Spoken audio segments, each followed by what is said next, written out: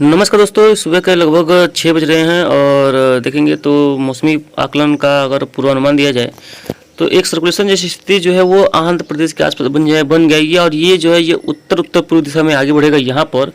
और यहाँ पर से एक रेमिनेंट्स आएगा। ये देखिए ये चक्रवाती तूफान है जो चाइना के ऊपर बना हुआ है, आप देख पाएंगे यहाँ पर। ये जो है धीरे से यहाँ पर प्रवेश करेगा बंगाल की खाड़ी में, यानी कि इसका जो रेमिनेंट्स है वो यहाँ पर बंगाल की खाड़ी में प्रवेश करने की संभावना है उसके बाद ये सिस्टम आगे बढ़ेगा और ये 21 का देखेंगे तो सिस्टम जो है वो सर्कुलेशन जो हमने बताया हमने सर्कुलेशन को, वो सर्कुलेशन जो है वो देख पाएंगे वो यहाँ पर पहुँचता हुआ नज़र आ रहा है। और देखिए आंध्र प्रदेश के आसपास रहेगा और उसका और नीचे चलेंगे, आगे चलेंगे 22 तारीख चलेंगे तो देखेंगे सिस्टम जो है ये आंध्र प्रदेश के आगे चल जाएगा। और उसके बाद देखिए यहाँ पर ये सिस्टम एक सर्कुलेशन के स्थान पर एक LPA यानी कि लो प्रेशर एरिया डेवलपमेंट होने की चांसेस रहेंगे 23 तारीख के आसपास। और 24 कस पर देखेंगे वही पड़ेगा। लेकिन देखिए सबसे पहली बात जो ट्रफ है वो उत्तरवर्ती ही है, वो देखिए उत्तरवर्ती ही रहने की संभावना है फिलहाल। 25 का देखिए ये जो रिमेनेंट्स हैं वो इस सिस्टम पे मिल जाएंगे और ये सिस्टम जो है यहाँ पर एक नया सिस्टम का रूप लेगा पश्चिम बंगाल के आसपास के क्षेत्रों पे।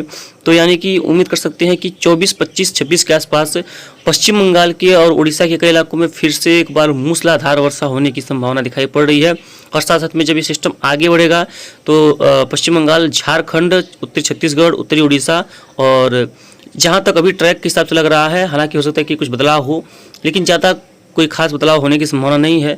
ट्रैक के सबसे लग रहा है कि मध्य प्रदेश के पूर्वी और मध्य भाग और उत्तरी भाग, उत्तर पश्चिमी भाग, पूर्वी राजस्थान, उत्तर पूर्वी राजस्थान, कुछ साउथ उत्तर प्रदेश में भी काफ़ी भारी वर्षा की संभावना दिखाई पड़ रही है।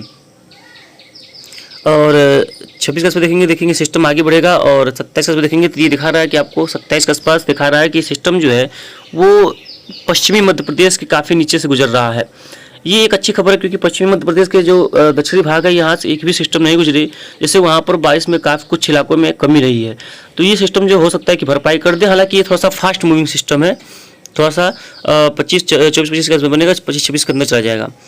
उसका देखेंगे 28 का देखेंगे जो ट्रफ है, मानसूनी ट्रफ फिर से ऊपर की तरफ चली जाएगी और ये जो है गुजरात के करीब जाता हुआ नजर आ रहा है सिस्टम। हालांकि अभी से हम नहीं कह सकते कि गुजरात ही जाएगा, इसमें चेंजेज आने की संभावना रहेगी, ऐसी भी संभावना है। लेकिन अगर ये ट्रैक हमको बहुत बढ़िया लग रहा है क्योंकि इन ट्रैक पे अभी फिलहाल एक भी सिस्टम नहीं गए हैं, यहाँ पर जाना चाहिए, यहाँ पर वर्षा हो सकती है क्योंकि अभी ये इधर से तो जाएंगे नहीं।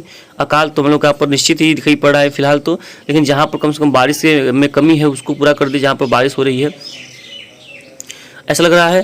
और देखेंगे 29 का देखेंगे तो सिस्टम खत्म हो जाएगा और वहाँ से समाप्त हो जाएगा। उसको देखिए जो ट्रफ है वो फिर से जो है नेपाल के तलहटी में यानी कि हिमालय के तलहटी, हिमालय की गोदी में चली जाएगी। उसके बाद वो जो है वहाँ से उसके फिलहाल इस मॉडल्स में दिख रहा है कि 3 या 4 अगस्त तक फिलहाल किसी भी तरह की सिस्टम बनने की कोई संभावना नहीं है।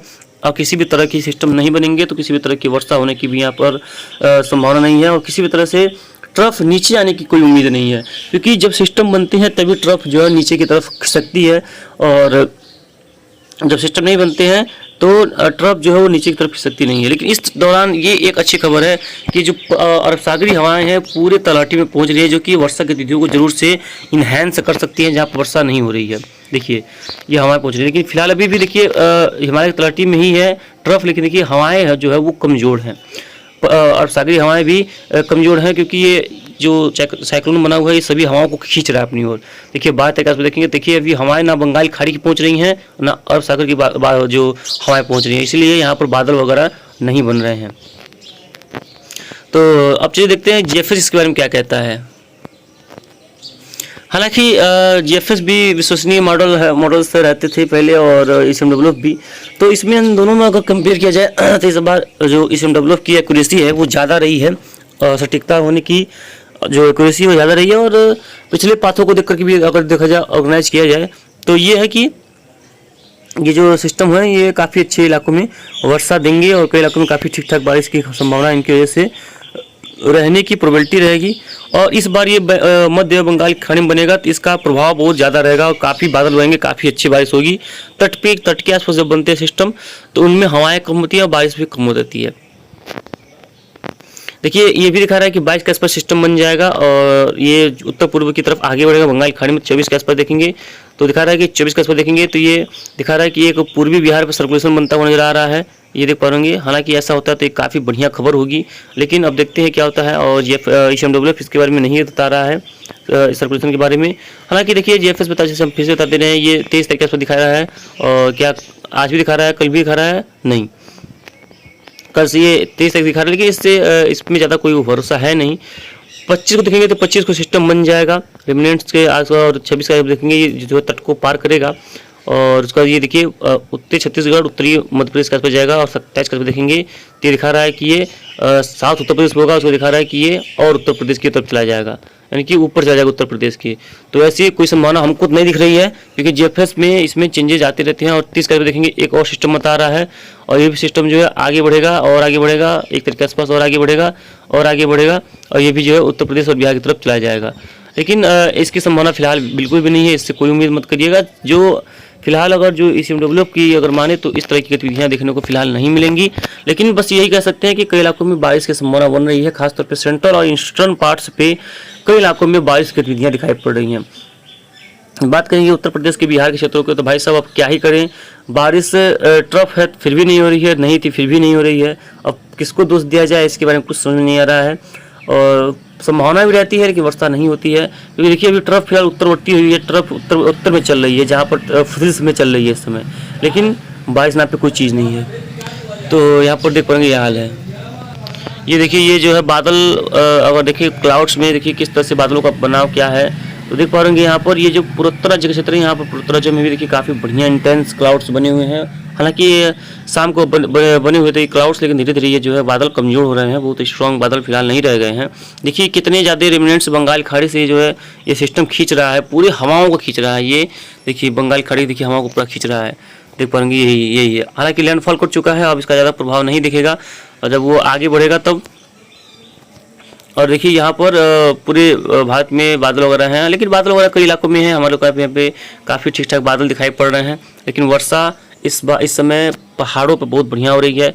कुछ वेस्टर्न उत्तर प्रदेश के क्षेत्रों में भी कुछ इलाकों में दिखाई पड़ रही होगी, और साथ साथ में पंजाब, हरियाणा, दिल्ली के भी और उत्तराखंड के, हिमाचल प्रदेश के क्षेत्रों में भी इस समय वर्षा हो रही है। और भारी वर्षा के इलाकों में भी देखने को मिली है, क्योंकि ये बादल रात से बने हुए हैं यहाँ पर, क्योंकि एक WD का प्रभाव है, पैचेस में यहाँ पर वर्षा गतिविधियाँ दिखाई पड़ रही है। लेकिन देखिए पाएंगे यहाँ पर किसी भी तरह का कोई बादलों का समूह नहीं है, किसी भी प्रकार का कोई बादल नहीं है। तो उम्मीद तो थी बहुत वर्षा की, और अभी भी फिलहाल उम्मीद बरकरार रहेगी जब तक ट्रफ यहाँ पर रहेगी। जब ट्रफ नीचे चली जाएगी तो उम्मीद जो है पूरी तरह से समाप्त हो जाएगी। तो फिलहाल अगर देखें तो अगले 24 से 36 घंटों या 48 घंटों की अगर बात करें तो फिलहाल अभी भी फतेह साफ हिमालय में भारी बारिश की संभावना दिखाई पड़ रही है। और आज 21 है, आज से इसका जो पीक है वो बढ़ेगा, और 22-23 का इसका प्रभाव ज़्यादा रहने की संभावना दिख रही है। स्ट्रॉन्ग जो कनेक्टिविटी बारिश की देखने को मिल सकती है। तो फिलहाल इस बुलेटिन में यहाँ तक इतना ही। जो भी होगा आपको लगातार आगे अपडेट करते रहेंगे, कहाँ पर कितनी वर्षा होगी और कैसे बारिश देखने को मिलेगी। धन्यवाद।